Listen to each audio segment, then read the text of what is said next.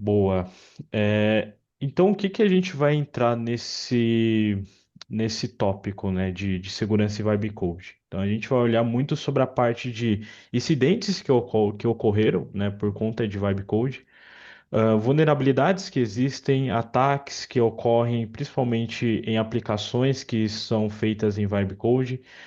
Vocês vão notar que os ataques não existe exclusividade de ataques, né, de uma aplicação web code ou de uma aplicação comum, né? A diferença é que uma tem muito mais vulnerabilidades do que a outra, né, por questões que a gente vai discutir aqui. E vamos falar também de outras questões envolvendo governança e toda a parte de desenvolvimento seguro. E bom, né, a gente vai cobrir aqui alguns tópicos, falar um pouco sobre os problemas, vamos falar de números, vamos falar de ataques, vamos falar de AppSec. Então a gente vai entrar em toda essa jornada olhando justamente para falar de segurança, né, e falar de desenvolvimento seguro, em cima de Vibe Code. E bom, pessoal, eu não coloquei um slide para me apresentar, mas assim, acho que só dando um resumo, né, do que o Flávio já trouxe aqui também, sou o Joás, né, então eu trabalho com cibersegurança. Minha vertente principal é segurança ofensiva, mas já fui para inúmeros horizontes, né, tanto para parte de governança, risk compliance, mas também parte de AppSec, DevSecOps, né, parte de Blue Team, resposta a incidente, então já atuei aí em muitas áreas dentro ali de cibersegurança. E bom, também eu tenho ali alguns livros publicados voltados à segurança ofensiva, então Introdução ao Red Team Operations, Introdução à Segurança Ofensiva, e é isso, né? Então, quem quiser me conhecer melhor, pode ir lá no meu LinkedIn, né? Pode me chamar também para bater um papo, fico à disposição, e a gente vai trocando umas figurinhas. Então vamos começar falando sobre os códigos que são gerados por IA. Então, acho que todo mundo aqui já deve saber um pouco do que é o Vibe Code, do que é toda essa parte de escrita de códigos utilizando inteligência artificial. Então foi algo que foi mais proliferado ali em 2025, né? Então, esse termo, né, vibe coding, né, surgiu ali através de um profissional, de um pesquisador que comentou muito e colocou isso nos seus artigos, e é onde o desenvolvedor ele acaba escrevendo códigos, né, de forma natural. Eu lembro de uma época que a gente tinha até um meme, né? Que era aquela coisa, né? Como que os clientes acham que os devs trabalham? E aí no meme tinha o Visual Studio Code aberto, onde tinha um texto escrito, né? Crie uma aplicação que tenha requisito XYZ, que faça. é, que tenha essas funcionalidades e etc, né? Então a gente tinha essa coisa, né? Não, escrever um código não era como você estivesse escrevendo um texto, né? Ali num documento do Word, né? Tinha toda uma base de algoritmo, né? Um entendimento de lógica de programação. Mas com o advento dos LLMs, né? Com a chegada dos LLMs, né? Principalmente ali com o ChatGPT, isso tudo mudou, né? Então, no primeiro momento que o ChatGPT foi lançado ao público, né, você conseguia gerar códigos, mesmo que códigos simples, já foi uma evolução. Então, opa, eu não preciso mais pegar um código pronto de um lugar e fazer e mergear, né, com o meu código, ou fazer várias gambiarras. Eu posso pedir para uma IA gerar pelo menos um protótipo de algo. E isso foi evoluindo, né? Até a chegada de plataformas como Base 44, Lovable e entre outras que mudaram todo esse ecossistema de como funciona, né, o Vibe Code, né, como que funciona a escrita de código. E muitos amigos que são da área de programação, eles falam que hoje nem escreve muitos códigos, né? Pouco escreve algum código hoje em dia. Hoje é muito mais prompt e se no máximo fazer alguma correção de algum bug, se for necessário refatorar algum código, já não precisa, porque os modelos avançaram muito, né? Então hoje está muito mais prompt do que escrever um código realmente na mão ali, escrever o código do zero. E isso está sendo uma revolução dentro da área de programação, né? Então, desde quem programa no dia a dia, né, quem trabalha com isso, ou para quem usa a programação como um plus no seu dia a dia, principalmente nós, cibersegurança, tudo mudou, né? Eu particularmente que venho de segurança ofensiva, né? A forma que a gente escreve hoje malwares, que a gente escreve as coisas, códigos maliciosos, se reformulou totalmente. Hoje a gente consegue escrever códigos com mais boas práticas é, de, de técnicas de malware, de técnicas que envolvem evasão de mecanismos de segurança, porque a gente pode mandar ali via prompt para algumas IAs e isso ser gerado para nós, né? E isso mudou toda a forma que ah, as aplicações também escalaram, né? Então, hoje, com esse ciclo de desenvolvimento orientado a vibe coding, né, você teve a possibilidade de atualizar uma plataforma que demoraria em torno de um ano, né, em uma semana, ou em dias, ou até mesmo em horas, dependendo do modelo de IA que você esteja utilizando. Então, o Vibe Code ele surgiu como algo muito fora da curva, mas também preocupante, porque eu sempre falo que profissional de cibersegurança ele já nem olha muito para risco. Imagina um modelo de IA, né? Apesar de a gente ser orientado a risco, a gente olhar para riscos, né? Acho que é um gap que a gente tem muito de como a gente faz, né? O gerenciamento de riscos. Cada empresa tem uma forma de fazer, mas muitas delas são falhas, né? Ah, a forma que é feito o processo de riscos, né? Mas a gente não vai entrar muito nesse ponto porque a aula é muito mais voltada a vibe code, segurança de aplicação. Mas isso faz a gente começa a entender que, bom, se mesmo na área de cibersegurança muitas das coisas a gente ignora riscos, por que porque a IA teria que estar olhando para riscos, né? A IA é muito literal, né? O que você pede, ela vai fazer. Hoje ela tem uma capacidade de raciocinar, de pensar, opa, talvez não seja dessa forma, melhor desse jeito. Mas se você pedir uma aplicação específica, ela vai gerar. Mesmo que aquela aplicação ela não funcione da forma que você estava imaginando, porque o prompt que você inseriu foi errado. E a mesma coisa vale para segurança. Se você não passar requisitos de segurança, a IA ela vai gerar uma aplicação funcional e não uma aplicação segura.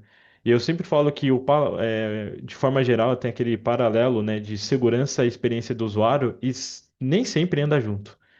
Principalmente hoje em dia, né? Ou você dá muita experiência para o usuário, ou você dá segurança para ele, né? E aí você tem que encontrar um equilíbrio. E muitas das vezes esse equilíbrio não existe ali, né? E aí, com a explosão do Vibe Code, você teve uma alta adoção. Não tem como falar hoje. Todas as empresas hoje usam a inteligência artificial, né? E eu posso arriscar em falar que todas, porque no final do dia, quem não usa um chat GPT, uma IA para até fazer perguntas simples, né? Então, eu não estou nem falando de desenvolvimento, eu estou falando de dúvidas simples, né? Você não vai mais no Google. Apesar do Google ter ali o Gemini, né, e dar uma visão geral, né, criada por IA, mas você quer algo mais detalhado, você quer ter uma inteligência artificial ali, né? Então, tudo mudou, né? Até o ChatGPT, acho que foi hoje, eu vi a notícia hoje ou ontem, que bateu 1 bilhão de usuários, né? É muita gente. É 1 bilhão de pessoas utilizando IA, né? Então, a gente está vivendo uma era que não tem como. Se você entra na internet, você sempre vai se deparar com algo voltado a IA. Tá? Mesmo que você esteja fugindo de IA, né? Você não use no seu dia a dia, mas você vai ver um conteúdo lá no Instagram, né? Você vai ter aquele momento de dopamina, Instagram, TikTok, tem IA, né? Você não sabe se é real ou se é verdadeiro, o que que você tá, ou se é fake ou se é verdadeiro o que você tá vendo, né? Se aquilo que você está assistindo não pode ser uma inteligência artificial, né? Um conteúdo gerado por IA. Então, não tem como, fugir desse mundo. E as mesma coisa, as empresas entraram nesse lugar, falando, não, por que eu não adoto IA? Por que eu não contrato o nível Enterprise aqui, faço parcerias, né? Entro de programas de parcerias da Anthropic, da OpenAI ou de outras empresas e começo a reestruturar minha organização. a minha área em si, né, de tecnologia, né, as áreas de tecnologia da minha empresa para utilizar a inteligência artificial. Tem empresa que criou aquela corrida, né, de quem não usar IA vai sofrer penalidades aqui dentro da empresa. Tem que usar, tem que arrumar uma forma de usar IA. A pressão pelo uso da inteligência artificial. E isso, consequentemente, está gerando, consequentemente, está gerando burnout, né, nos profissionais, né? Eu já vejo muita gente falando, meu, o que que será do futuro? É muita pressão, é muita coisa com o uso da IA, né? Então, porque, querendo ou não, ainda mais falando de segurança, né, são muitos BOs, né? São muitos incêndios para apagar, né? E e isso está sendo uma das principais dores, né, profissionalmente falando, assim, né? E o mercado está entendendo isso. Então, toda essa corrida por IA, essa coisa de eu quero colocar a inteligência artificial na minha empresa, quero desenvolver os meus aplicativos usando IA, vamos demitir aqui alguns devs, vamos só deixar um ou dois, né? Vamos demitir uma área inteira. Isso sem estratégia, né? Porque não há uma estratégia, né? Gera muito mais dores de cabeça. E eu não vou nem falar de dores de cabeça, citando a parte financeira, né? Citando a parte de alucinações que a IA pode ter, ou até coisas que podem prejudicar o negócio. Vamos falar de cibersegurança de forma crua. Você sobe uma aplicação Vibe Code, você está acelerando ali o seu desenvolvimento, mas você esquece de olhar para requisitos de segurança, porque você quer escalar rápido. O seu concorrente está escalando e você quer estar nesse mesmo nível de corrida que ele.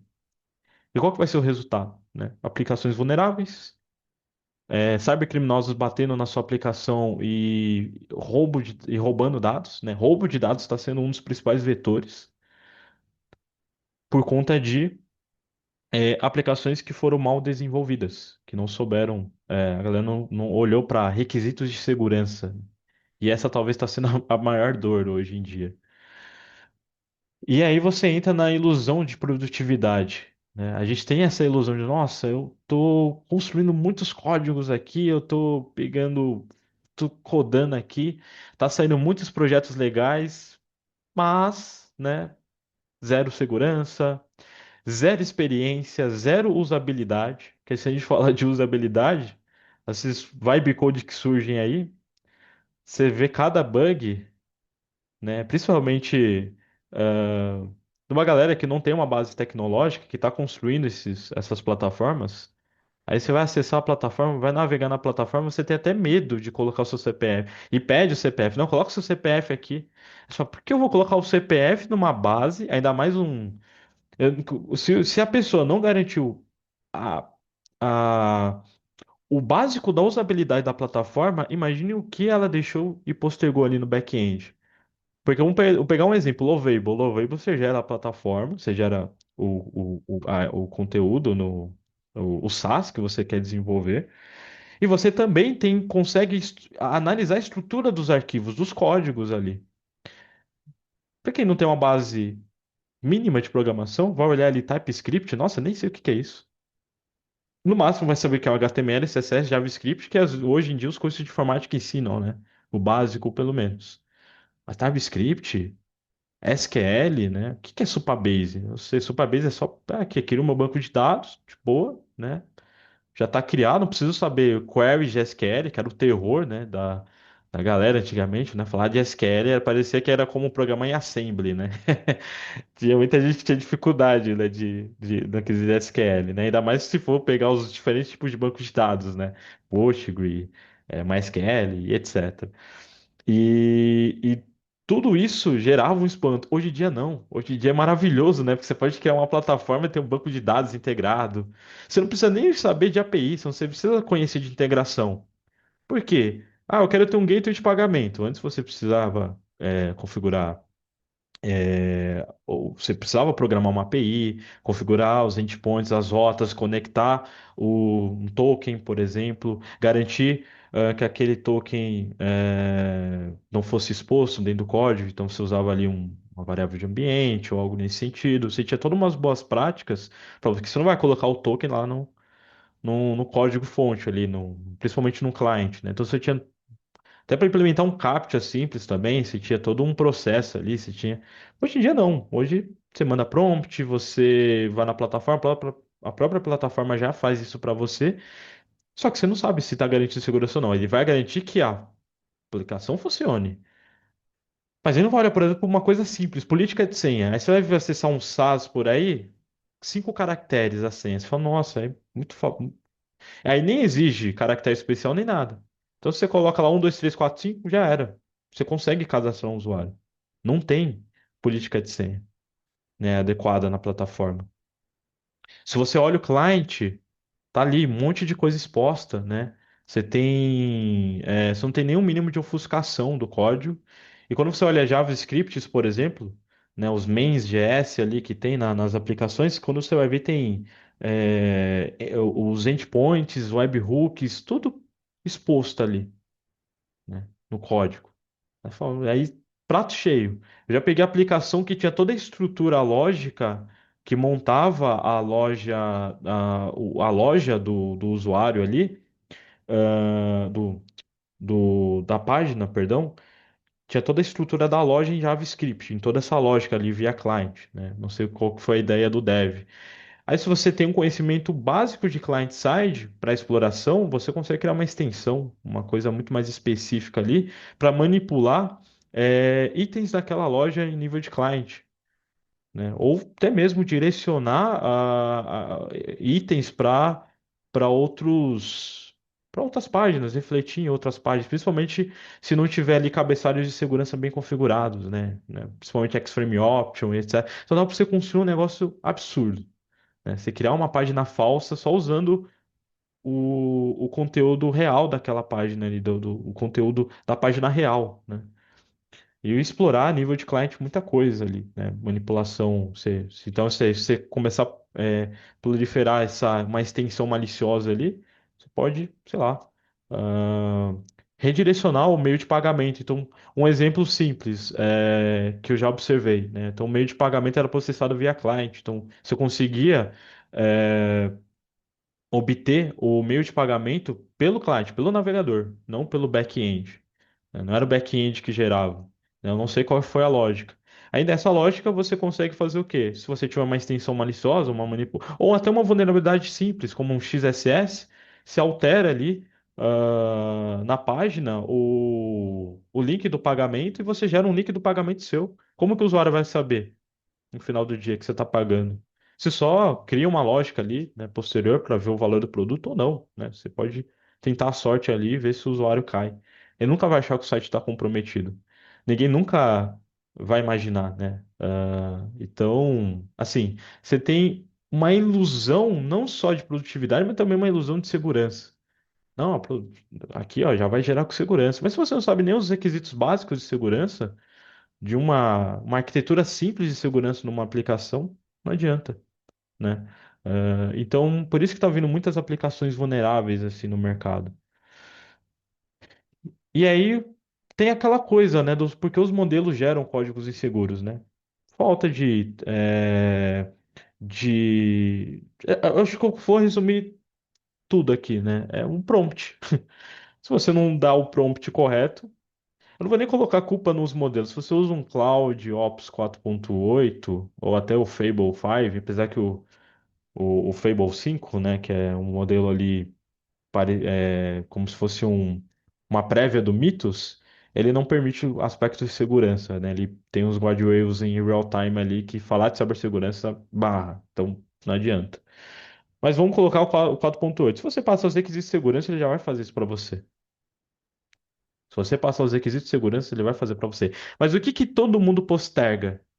Porque como a IA deu o poder de você já mandar o prompt, você não precisa fazer um design doc.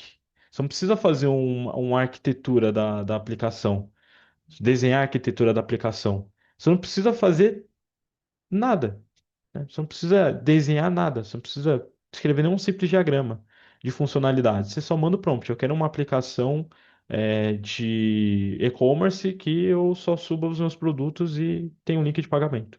Acabou. Aí a IA vai interpretar aquilo e vai gerar a loja para você, né? E se você não passar os requisitos de segurança, não vai dar certo, né? Vai vir totalmente vulnerável. Então é muito também a falta de contexto, né? Você classificar os tipos de dados que vão ser trafegados, né? Definir os modelos de autenticação. Então, quais são os melhores modelos de autenticação hoje? É o modelo XYZ, né? Então, você define isso. Eu quero que tenha triplo fator de autenticação. Eu quero que use passkey hoje em dia, né? Falando de modelo de o segundo fator de autenticação confiável. Eu quero que use passkey, né? Eu podia interagir até mesmo no conceito de passwordless, né? Então, é, então, assim, você tem um monte de coisa. Mas se você não tem ali a fronteira de confiança, né? Os seus trusts, boundaries, você não entende quais são o que entre o navegador e entre o servidor precisa lhe garantir de segurança. E vamos dar um exemplo simples. Entrada do usuário, login, uma senha, um campo de pesquisa e etc, né? Então, definição de privilégios, né? Como que é gerenciado os privilégios ali, né? Então, ah, como que tá os controles de acesso? Então, o que não tem de validação na minha aplicação? O que eu tenho que validar na minha aplicação? Será que um usuário tem lá ponto de interrogação, ID igual a 1, que é o seu ID de usuário.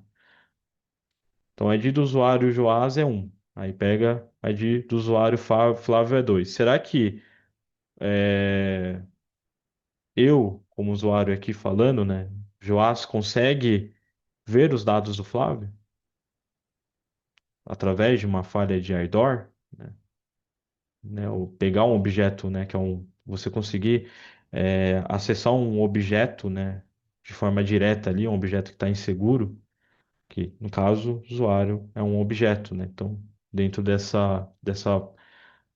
aspecto. E aí você consegue pegar ah, esse usuário, né? E coletar os dados dele. E aí entra as técnicas de filtração, né? Os ataques vão ocorrendo dessa forma. Tá, como que aquela empresa teve 1,5 milhões de dados vazados? Como teve empresa que teve 10 milhões de dados vazados? 200? IDOR. Simplesmente IDOR. Você tem ali uma ausência de validação dos privilégios daquele usuário. Então, o usuário ele consegue lá, muda o ID 2, 3, aí ele vai se filtrando, né? Tô fazendo cópia da base de dados. E algo que ninguém conhece, né? Que é a parte de que quando a gente fala de segurança, né? Parece que todo mundo ignora isso, né? Mas é um ponto, não fala que ninguém conhece, mas todo mundo ignora em alguns aspectos, que é a modelagem de ameaça. Se você não desenha uma modelagem de ameaça e você não faz. Hoje, na verdade, assim, a modelagem de ameaça se tornou um ponto mais importante. Você vai ter um projeto Vibe Code, você tem que fazer modelagem de ameaça. Você precisa mapear quais problemas aquela aplicação teria. Então você tem que entender quais funcionalidades vai ter.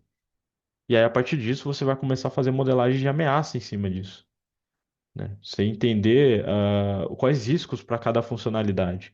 E assim, depois você faz o pentest, você traça requisitos de segurança para o desenvolvimento seguro, você testa nessa modelagem, você escolhe o que você vai fazer. Mas a modelagem de ameaça é um dos pontos mais importantes, né? Então, que é ignorado, né? E você fala hoje para alguém que trabalha com vibe coding, né? Ele fala, você já fez modelagem de ameaça da sua plataforma? O que que é isso? Vai saber. Stride? O que que é Stride? Não sei o que que é Stride. Então, assim, as coisas a forma que as coisas estão sendo feitas, né? Elas não estão. Eu já vi pessoas falarem, agora com a IA ficou mais fácil fazer segurança. Na verdade, ficou mais difícil, né? Porque segurança se tornou uma opção, né? E esse é o problema. Você pode mandar um prompt, você pode definir ali tudo certinho, mas também vai depender da plataforma que você está utilizando para fazer vibe code. E apesar disso, tá, as plataformas até colocam algumas responsabilidades compartilhadas. Mas quem disse, né, que algumas pessoas acabam lendo essas cláusulas, né? E aí, quando a aplicação é invadida, esquece. Então, eu uso o exemplo do próprio Stride, né? Acho que para quem não conhece o Stride, né? Stride ele é uma modelagem de ameaça, né? Forma de você fazer modelagem de ameaça que foi criada pela Microsoft.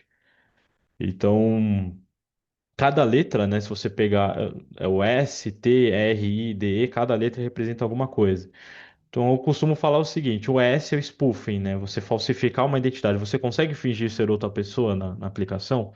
Você consegue violar a autenticação, forjar um token de acesso, roubar uma credencial? Sua aplicação está segura para spoofing, para falsificação de identidade? Então você passou no S. Você consegue fazer o tampering, né, que é a adulteração. Sua aplicação está protegida contra a modificação de dados, execução de código sem autorização. Consigo violar a integridade dos dados que estão sendo transportados ou que estão em repouso ali na aplicação? Se sim, você passou no T de temporary, né? Então, ST. Aí já tem o R, né? Que é o de repúdio, né? Que é basicamente o sistema negar uma ação que o usuário vai tentar fazer. Então, o usuário vai tentar fazer uma transferência abusiva ali. Né? Por exemplo, ele tem R$ 1 na conta dele, mas ele quer tentar transferir 1 milhão. Aplicação nega, ou então o que que acontece? Ela aparece menos 1 milhão no saldo negativo. Acontece, né? Pega a aplicação lá, o usuário, o atacante muda ali o valor, coloca 1 milhão e a aplicação ela usa uma lógica, ela não, ela passa, mas coloca o saldo do usuário ali como negativo, né? Então você tem menos 1 milhão, porque a implementação lógica do código ali não olhou para repúdio e também não olhou para tempering, né, para adulteração. Então deveria negar. Seu usuário não pode, você não tem privilégio para isso, você não pode fazer isso, né? Tudo isso é o repúdio, é o repudiar. Então você tem o R, né? E aí você tem o I, que é o Information Disclosure, né? Divulgação de informação. Será que o meu código está divulgando informações confidenciais? Um bucket aberto? Um IDOR ali, eu consigo alterar o ID, eu consigo ver as informações de outros usuários? Tá vazando secrets, talvez seja o ponto principal, falando de vibe code. Information disclosure, né? Como que eu garanto que não vai vazar minha secrets? É só eu não colocar hard-coded, né? Ou seja, dentro do código, né? Tem que colocar via variável de ambiente ou outras formas de fazer o gerenciamento de segredos, né? Aí você tem o D, de negação de serviço. Será que uma aplicação não vai ficar indisponível, né? Tem violação de disponibilidade, etc. Então, esse é o D do Stride. E o E de elevação de privilégios, né? Será que um usuário ele consegue acessar informações do administrador, consegue elevar o privilégio dele através de uma vulnerabilidade, quebrar uma barreira de autenticação? A gente, então, se a gente colocar nesse lugar, né, tudo isso reflete uma simples modelagem de ameaça. Esses 6 pontos que eu trouxe aqui, se você colocar no seu prompt, a IA já vai criar uma aplicação bem segura. Então, é, é isso. Então, e aí, resumindo, né, sua aplicação aí precisa ter uma autenticação forte, precisa ter uma checagem é, de propriedade daqueles dados, não permitir que qualquer pessoa altere dados, precisa ter logs de rastreabilidade. Precisa garantir que não haja segredos vazados, né, um bucket aberto, alguma coisa nesse sentido. Precisa garantir que um campo de upload não aceite 1 GB, um arquivo de 1 GB. Porque imagine, você tem lá um servidor web que tem 60 gigas de disco. Se eu subir, né, 60 arquivos de 1 GB, acabou. Sua máquina trava. Já era. E aí? O que acontece? Então, esse é o principal ponto. E, por fim, né? Se eu não sou admin, por que eu vou acessar funcionário de administrador, né? Então tem que pensar isso, né, quando você cria a aplicação. Então, olhando nesse aspecto, né, a gente fala de riscos, a gente fala de modelagem de ameaça, a gente fala de segurança, a gente fala de todos esses pontos, né? Mas quais dados a gente tem para endossar tudo isso, né? Então, isso é a gente, é uma junção de inúmeros dados de várias fontes, né? Veracode, GitGuardian e Endor Labs, eh, acho que Veracode já falei, Checkmarx, entre outros, né? Então, todos ali, todas essas empresas consolidam esses dados. 41% do código gerado por IA contém vulnerabilidade de segurança. Eu falo que pode ser mais, né? Que a gente acaba sendo bonzinho nos dados, né? Eu escrevo alguns artigos nesse sentido, a gente acaba sendo bonzinho com os dados ali para não gerar um alarme, né? Mas a gente sabe que é, ele gera a IA gera mais vulnerabilidades do que seres humanos. Isso é fato. E 62% dos códigos já tem uma falha de design. Não adianta.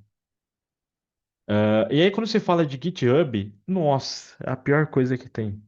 Principalmente os entusiastas né, a galera que não, não tem o mínimo de conhecimento em segurança e aí acha que está destruindo, né? Ah, vou colocar aqui o meu código no GitHub e vou mandar para todo mundo mostrar, olha o meu SaaS que eu fiz aqui. E aí tá lá, o ponto .env. Pior coisa. Aí você tem lá um ponto .env exposto com um monte de coisa, um monte de coisa. Aí você fica, aí você olha e fala, meu, por quê?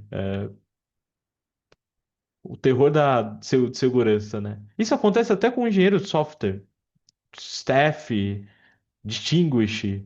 Isso acontece. A gente não vou ser aqui a pessoa que também que fala, é só o usuário mais leigo ali que faz uma coisa desse tipo. Não, acontece até com os melhores, né? Sobe ali, faz um git, esquece o git ignore, né? E sobe, vai ali, hardcode as coisas, né? E aí o que que é engraçado, né? Por exemplo, não sei se aparece aqui, mas ó, uma breve pesquisa, você coloca um AWS Secret Access Key, eu não vou nem clicar em repositórios aqui. Alguns podem ser códigos, mas outros podem ser o quê? É, ah, podem ser dentro do próprio, pode ser chaves de AWS mesmo, né? Mas uma forma que você pode fazer isso de uma forma melhor é usar ferramentas como, opa, Truffle, esse carinha aqui, ó. Não vou tentar falar o nome dele porque senão eu passo vergonha. Mas ele ajuda a encontrar credenciais. Eu gosto de usar, principalmente para bug bounty e etc. E tem implementações personalizadas também, né? Eu tenho uma implementação personalizada, mais específica, mas no final do dia eu gosto. E olha o que ele faz, né? Você manda, aí você passa o repositório que você quer olhar. Se é uma organização, você pode passar uma org inteira. O que que é uma org? Então tá vendo que aqui tem o github.com, Truffle Security. Aí tem aqui a ferramenta. Eu posso fazer um scan no repositório dessa ferramenta, por exemplo, ou então posso fazer na org inteira. A org inteira eu vou varrer todos os repositórios aqui, ó. Aí, aqui tem 53 repositórios. Então, vamos supor que tem 53 repositórios públicos. Então, eu posso varrer aqui os 53 repositórios públicos. E aí eu posso encontrar um monte de coisa. Por isso que os atacantes, o que que os atacantes eles fazem, os cybercriminosos? Eles ficam monitorando o repositório. Tá ali, toda hora. Coloca um bot no Telegram para ficar monitorando o repositório. Pipocou uma secret. Opa, secret do quê? AWS. Ou um JW underline secret. Ou Open API Key. Seja o que for. Aí ele vai lá e fala: opa, vou usar isso daqui de alguma forma. E aí, ele usa, né? Que eu não. Deixa eu ver se tem alguns filtros. Ó, aqui tem algumas. Aqui tem mais um negócio mais específico, né? Mas você encontra. É que aqui já tem alguns filtros específicos, né? Que a própria. Mas tem umas dorks, né? A gente chama de pesquisa. Se você fizer pesquisas aqui mais elaboradas, né? Deixa eu até ver se. Deixa eu passar aqui o chat, que eu esqueci de abrir. Ah, se você fizer pesquisas mais elaboradas, você encontra muita coisa. E aí é assustador. Mas eu não vou. Eu não vou fazer isso porque pode ser que eu acabe encontrando algo aqui e vai dar ruim. Então eu vou parar por aqui. Mas existem ferramentas, né? Se a gente falar de ferramentas assim que ajudam nesse aspecto, né? Tem o GitHub Docs. Só procurar GitHub Docs, né? Igual o Google Docs, né? É, aí você acha, né? Mas até falando, até tem uma pergunta aqui da Cleide que coincidentemente parou, né? Então, existem ferramentas que ajudam na modelagem de ameaça? Existe sim, com IA, existe, dá para você usar tanto o Cloud Code, o Codex ou qualquer LLM, e existe uma ferramenta chamada Stride AI. É Stadio AI? Deixa eu ver aqui. Ou é Stride GPT? Acho que é Stride GPT. Alguma coisa assim. Ah, é Stride GPT. Tá. Vou mandar aqui. Stride GPT. Então, Stride GPT, ela ajuda muito. Strike, né? Eu conheço mais, o Kramer complementou aqui muito bem. Mas eu conheço mais Stride GPT, assim, um LLM, você integra com LLM, faz um monte de, assim, é sensacional. É uma galera criou e cobre Mitre, cobre um monte de coisa. E ajuda.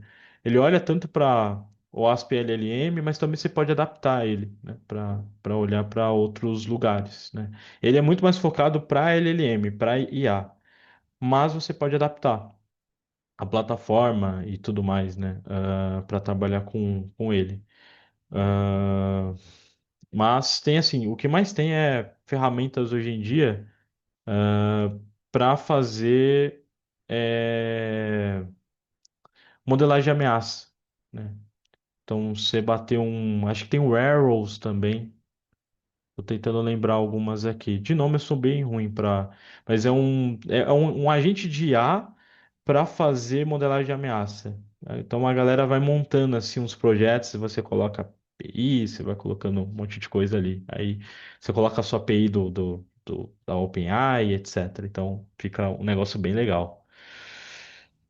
E aí entra uma polêmica aqui, né? Nossa, você tem o Vibe Coding com um monte de vulnerabilidade. E o que que acontece? CVS. CVS e CVS, né? Então, o que que tá acontecendo, né? A enxurrada de CVS sendo geradas. Então, eu encontrei uma vulnerabilidade numa plataforma.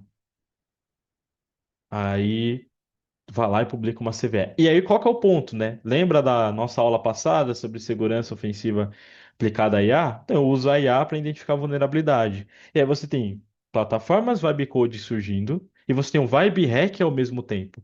E quando ambos, né, ali se encontram, né, aí você tem o caos. Você tem um monte de vulnerabilidade surgindo, um monte de problemas que não vão ser resolvidos. Não tem como. Eu tenho equipes, tem projetos open sources, né, sei lá, tipo um Curl ou outros assim, que até tem equipes pequenas que não tá dando conta de tanta CVS, de tanta coisa que tá surgindo. Até o próprio Mitre, o NVD, outras bases estão tentando segregar a CVS. Eles só estão olhando para a CVS com riscos mais críticos e altos, né? A CVE, né, a gente chama de Common Vulnerabilities Exposures. Então, quando eu encontro uma vulnerabilidade numa plataforma, então vamos pegar aqui o WordPress. Né? O WordPress tem lá os plugins, aí tem lá o plugin de formulário. Plugin de formulário. Aquele plugin é desenvolvido, tem uma equipe que mantém e eles vão disponibilizando esse plugin. Então eu encontrei uma vulnerabilidade. Quando eu encontro essa vulnerabilidade, eu posso registrar essa vulnerabilidade. Aí ele gera um identificador É, ele gera esse identificador justamente para um scan de vulnerabilidade quando ele rodar, ele identificar aquela ele mostrar que existe uma vulnerabilidade ali, né? Tem algo registrado, né? E aí você pode pegar aquele identificador que geralmente vem CVE-2026-14321. Aí você joga isso no Google, aí você vai ter detalhes do que é aquela vulnerabilidade, o que que ela explora, qual que é o impacto dela, qual que é a criticidade dela, se é algo muito crítico, se é algo alto, médio, baixo. E se tem uma prova de conceito, né? Se alguém colocar a prova de conceito ali. Então, é muito nesse. E aí você tem um caos. É isso que está acontecendo, né? Muitas CVS sendo geradas e pouca gente para trabalhar em cima delas. E aí você entra na parte dos incidentes, vazamentos, e fala, meu Deus, e agora? Né? Aí você tem um monte de incidentes que estão acontecendo, tanto pequenos como incidentes gigantescos. Quando a gente fala de incidente, não significa, eu estou falando só daqueles que vão para a mídia. Eu estou dizendo aqueles que ah, vão, que acontecem na sua empresa, que você não está sabendo, que às vezes só o time de segurança ali está atuando. Um dev que subiu um ambiente de homologação, e nesse ambiente de homologação tinha um monte de secrets ali, ou que subiu uma aplicação e não olhou para os requisitos básicos de segurança, tendo vulnerabilidade de injeção e etc, né? E aí a gente pega aqui, por exemplo, alguns exemplos, né?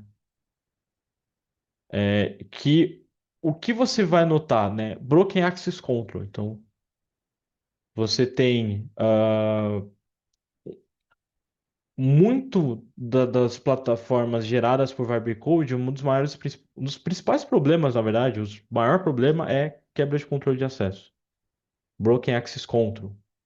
Então, você conseguir, por exemplo, quebrar um controle de acesso de autenticação. Eu consegui burlar a autenticação, burlar o múltiplo fator de autenticação, né? E você conseguir explorar a aplicação, ah, né? Por exemplo, explorar eu falei do IDOR, né? Que é basicamente você conseguir acessar dados de outro usuário, né? Alterando um identificador ali específico. Então, vocês vão ver que alguma plataforma tem lá barra usuário ou barra user barra 123, que é o seu usuário. Aí você consegue colocar 124, aí você vê informações de outro usuário. Então, tem muito desses problemas, né? Então e aí o que acontece? Tem aplicações aí que por, por por mau desenvolvimento, né, nesse aspecto olhando para a segurança, expõe imagens, selfies, IDs governamentais, né? Então, é, é, mensagens vazadas, né? Aqui a gente teve esse caso do Tia, né? Alguma coisa assim. Basicamente é um aplicativo para para mulheres falarem com segurança. É um vibe coding, agora eu lembrei, esse vibe coding teve um vibe coding de parecido que estava olhando para relacionamento, que houve uma exploração. E aí, nessa exploração, vazaram todos os usuários. Teve uma quebra ali de. Acho que conseguiu quebrar o controle de acesso do administrador. Não sei se é esse aplicativo, mas foi um caso aqui que chamou bastante atenção. E isso que está surgindo, né? Vários programas, várias plataformas SaaS ali de várias coisas. Eu estou falando, por exemplo, de relacionamento, né? E aí você, lógico, tem todas acho que é esse, Plink, Jainara, acho que é esse mesmo. Não sei se foi essa plataforma. Mas eu sei que deu ah, eu acho que deve ter sido isso. Mas eu sei que deu um probleminha aí. Acho que foi. Eu vi aqui, né, uma plataforma digital brasileira focada em segurança feminina que permite chegar a antecedentes criminais. Eu não sei se foi assim o ataque. Eu vi alguma coisa nesse sentido. E aí teve um vazamento de dados. Assim, muito. É o que eu falo, né? As ideias são boas, mas e a segurança? As implicações jurídicas. Para quem é advogado aqui, nossa, e atende o direito digital, se for falar o tanto de vazamento, tanto de. Quando eu vou fazer um pentest em consultorias que eu faço assim por fora, o tanto de dados que a gente coleta.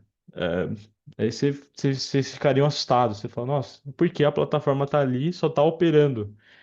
E a pessoa, ah, não, mas é uma plataforma ali, ó, que tá bem escondidinha, não, ninguém vai olhar. Olha, hoje em dia não passa nada despercebido. E é isso, né? E você tem, por exemplo, o próprio Lovable, né? Teve algumas falhas de segurança. Ah, aí teve o caso, né, que eles falam que não houve vazamento, culpou o que foi a própria documentação e culpou o parceiro de bug bounty. Por um lado, tem um problema, um problema que ó, até dentro de segurança a gente também tem os nossos problemas. Algumas plataformas de bug bounty que a galera está sofrendo, tanto o pesquisador como a empresa. Por triagem ser feitas por IA, sabe o que acontece? A automação às vezes considera aquilo como não é uma vulnerabilidade, ou que é que é um falso positivo. E fecha o caso da vulnerabilidade. Ou ajusta a criticidade. Não, isso daqui não é crítico. Aí fica aquela vulnerabilidade, ó, parada. Ó. Ou porque já, ou até mesmo fechada, foi encerrada. Aí, um belo dia você foi invadido. Aí você fala, mano, como não mapeei um negócio desse e tudo mais? Aí quando você olha o programa de bug bounty, tá lá. Vulnerabilidade foi reportada por um pesquisador. Não vamos acusar o pesquisador de ele ter feito a invasão. Pode ser. Eu fiz muito bug bounty, já tive muito surpresa de duplicada, né? E normal, outras pessoas acham, né? Pode ser tanto pesquisador como também criminoso. Aí você fala, nossa, como que isso foi reportado, passou despercebido por nós, por conta que a triagem teve um erro ali, e aí gera um caos, né? Depois. Porque tinha sido reportado, tinha sido detectado, mas por um erro humano barra artificial também, né? Porque o humano tinha que estar validando esse ponto também. Confiou muito na tecnologia, acabou passando despercebido. Então, assim, ah, as coisas que ocorrem na área de segurança, hoje em dia, se você pegar os problemas, não mudam. Isso que eu acho engraçado, não muda. Os problemas que vocês estão escutando aqui, daqui 10 anos vão ser os mesmos, daqui 20 anos. Então, isso acaba. A gente fala que a gente sempre está voltando do zero, né? Quando a gente acha que já fez, nossa, estamos aqui com nível master de segurança, fiz a avaliação do syscontrol, de não sei o que lá, e vem um negócio e fala: bom, agora a gente vai aplicar IA em tudo aqui.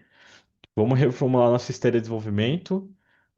Eu quero escalar a empresa, porque o nosso investidor está solicitando aqui que a gente precisa evoluir em 20, 30 vezes mais.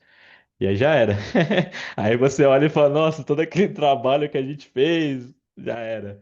Aí quando você for fazer uma nova reavaliação de maturidade, tá lá, a nota baixando.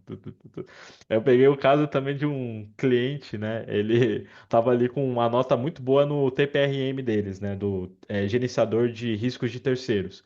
Que basicamente são empresas que querem consultar se aquela empresa tem segue algum padrão de segurança, eles olham num TPRM, tipo um Security Scorecard ou Risk Recon, ele vê a nota da empresa. Então, opa, nota tá lá acho que é de 0 a 100. Aí tem, né, F, E, D, C, B, A, tudo mais. Ó, nota A, 99 ou 100. Então, tá tudo bem configuradinho ali. Ele viu lá, nossa, quando tava de boa, chegamos no 99, aí tiveram várias mudanças ali, desceu para 80 e pouco, né? Aí, né, todo o retrabalho, etc, né? Então, isso que é o ponto principal, né, quando a gente fala de segurança, né? Você sempre tá voltando para os mesmos lugares. E aqui tá um exemplo, base 44, notebook, né? E aí, quando teve aquela febre do notebook, né, Open Cloud, entre outras coisas ali, O que mais tinha de endpoint aberto e endpoint público era assustador. E aí eu ficava comentando com um amigo, cara, você pegar ali uma ferramenta chamada Shodan, que você consegue pesquisar dispositivos que estão expostos na internet, você vê o tanto de dispositivos que estão rodando essas IAs ali aberto, LLM local. Aí você fala, meu, pra onde a gente vai parar, né? E tinha empresas, né? Só rodando em cloud de empresas, de corporativo ali. Imagine, como que você vai explicar pro seu chefe, pra alta diretoria, para alto executivo que você estava querendo rodar um LN, uma IA local, na instância, dentro da cloud de produção da empresa, foi invadido. O atacante se movimentou pela cloud, roubou todos os dados, principalmente dados do cliente, pegou todos os bugs, por conta de uma aventura que você teve ali, de testar uma tecnologia que você nem homologou ou nem falou com o time de segurança. Ou se falou, não seguiu as diretrizes. Vai ser difícil explicar, né? Então, é isso que acontece. E se a gente coloca assim, uma cronologia de incidente, ó, de fevereiro de 2025, quando o termo Vibe Code foi cunhado, né, até agora, só. Ah, mas isso é um problema? Eu tô dizendo que Vibe Code é um problema? Não, não é um problema. É sensacional. Eu acho muito bom, né? Facilitou surgimento de ideias sensacionais, de pessoas que não tinham capacidade para colocar uma ideia em prática, conseguiu. Porém, mas se não olha para a segurança, eu não confio em colocar meus dados. Haja confiança de você colocar os seus dados ali e falar, opa, vou colocar meu CPF, minha data de nascimento, os dados de todo mundo aqui. Ah, mas os seus dados já foram vazados em algum. Beleza, mas eu não quero mais meus dados atualizados. Às vezes é aquele vazamento de 2021, aí você já mudou de casa, mudou, né? Teve o endereço atualizado, teve número de telefone atualizado. Imagina você tem um vazamento recente. Todo ano os criminosos têm os seus dados recentes, né? A gente tem sempre aquela mania de falar, ah, mas seus dados já são vazados. Mas tudo bem, se você pegar e puxar no painel de consulta, às vezes você vai ter um número de celular antigo, você vai ter um endereço antigo seu. Às vezes você não tá nem morando mais naquele estado, a sua renda mudou, você não tem mais aquele carro. Aí tudo beleza. Agora, se tem um vazamento atual, os criminosos vão ter o quê? Dados recentes. E esse é o problema. Ninguém quer ter os dados recentes vazados. A gente sabe que já vazou em algum momento, mas a gente não quer dados atualizados. Não queremos atualizar o banco de dados do cybercrime, né? Então, esse é o principal ponto, né? Quando a gente fala de segurança. Então, tem que tomar muito cuidado com essas promessas. Ah, o meu vibe coding aqui, ele promete fazer um monte de coisa. Beleza, mas eu falo que, assim, em algum momento. E algumas empresas, na verdade, já fazem isso, mas em algum momento isso talvez vire prática geral. Tem empresas que, se a plataforma foi desenvolvida em Vibe Code, exige um monte de documentação. É tanta documentação, até o modelo de IA que está sendo utilizado para desenvolver ali. E quais são os. Pede pentest, pede scan de vulnerabilidade recorrente, avalia se tem um mais desenvolvimento seguro. Então, esse vai ser o futuro, né? E aí a gente vai vender serviço. Então vai ter muito serviço aí para ser vendido para quem é da área. Ou para quem quer entrar na área, né? Então tá aí. Tá, tem muita coisa para fazer. E aí você tem vulnerabilidades, né? E aí, entrando no aspecto de vulnerabilidades em geral, né? Nada muda, né? Eu até tô ansioso pro novo OWASP Top 10 que vai surgir, né? Eu acho que Broken Access Control vai continuar em primeiro lugar, né? O que é o OWASP? A OWASP é uma organização sem fins lucrativos que olham para requisitos de segurança de aplicação ao redor do mundo. Uma organização, eu não sei quantos anos tem, se acho que 30 anos, ou mais do que isso, 25, 30 anos, mas é uma organização que sempre está criando documentações, criando novas ferramentas, frameworks, metodologias olhando para todas as camadas que envolvem a aplicação. Então você tem o OASP Top 10 de LLM, de API, de mobile, de web, tudo isso para auxiliar você, desenvolvedor, que tem conhecimento e capacidade para olhar para a segurança, né? Que tem esse conhecimento não só só sabe rodar ali o prompt para gerar o vibe code, vai usar para corrigir vulnerabilidades. Então, maravilha, ó, o Leandro aqui, ó, 25 anos. E é isso, tem vários capítulos, né? O Leandro é do Santa Catarina, ó, maravilha, Santa Catarina. Ó, então, e aí você tem os líderes que já fazem os eventos, estão bem engajados. Então vão atrás desses líderes, né? Eles estão bem engajados ali, fazem eventos, eles, né? Então é bom para você pegar um conhecimento, absorver ali umas paradas legais. E, e é isso. Aí o ASP ele começa a classificar, ele gera um ranking. Como que esse ranking é feito? É reunido o comitê, reúne algumas empresas estratégicas do mercado. Eles olham para tudo que está sendo reportado, que vem de muita, que está gerando muita CVE, o que está sendo reportado em programas de bug bounty, tudo isso. Senta com empresas também de produtos de segurança de aplicação, como Veracode, Checkmarx, etc. E define esse ranking. Né? Fala, ó, a gente detectou muitos problemas de broken access control, então coloca no top 1. Né? Ah, problemas de criptografia, falhas de criptografia, coloca no A2, né? Então, e aí você tem as siglas, né? O OSP Top 10 de Web é A, né? De Application. Eu não lembro qual que é o de API, né? Mas eu sei que tem o A e tem um LLM, que é LLM 01, 02. Cada um tem a sua sigla, né? Aí é bom. É mais prova teórica, né? Vai cair na prova teórica. E aí você tem o top 10. Dentro do Vibe Code, o que que é muito mapeado? O A01, A03, A05, A07 e o A10, né? Que é onde entra a quebra de controle de acesso, então endpoint sem autenticação, né? Vulnerabilidade de IDOR, admin público, injeção, onde você tem injeção de SQL, XSS, injeção de comando e etc.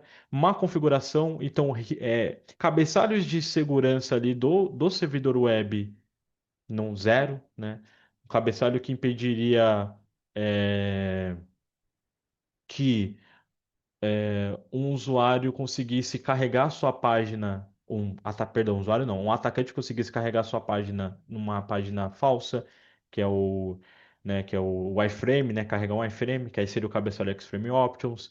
Tem cabeçalhos que impedem a execução de códigos de JavaScript que coíbe o XSS.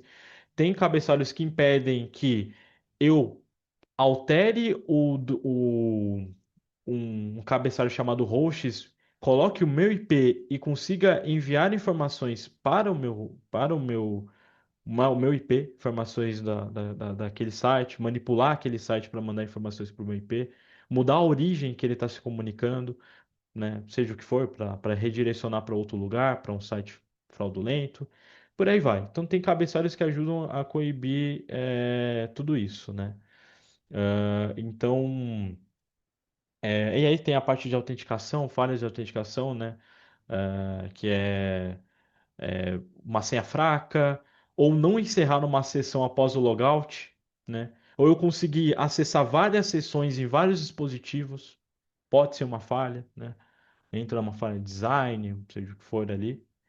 E o server-side request forgery, é onde eu consigo forçar requisições no servidor para eu coletar alguma coisa. Então, o que que o atacante faz no SS, a gente chama de SSRF. A gente pega um endereço, né, que o atacante escolher, né, e faz o servidor processar aquele endereço. Muito comum esse tipo de ataque para a gente roubar dados, roubar credenciais de acesso de cloud. Que a gente consegue pegar lá um IP específico que é usado para interagir com clouds, como a AWS, por exemplo. E se tiver uma vulnerabilidade SSRF, a gente consegue introduzir ali e fazer a aplicação processar, né? E aí a gente consegue visualizar o conteúdo. eh, Ou, por exemplo, tem uma página de login que é só acessado internamente na empresa. Não é para fora, não vai para o público, não tá na internet. Com SSRF eu consigo me comunicar com essa página interna, porque eu estou mandando uma solicitação para o servidor, para o back-end, e essa solicitação, se não tiver filtrado, não tiver tratado, não tiver é, gerenciado, não tiver mitigado dentro do código, né, o servidor não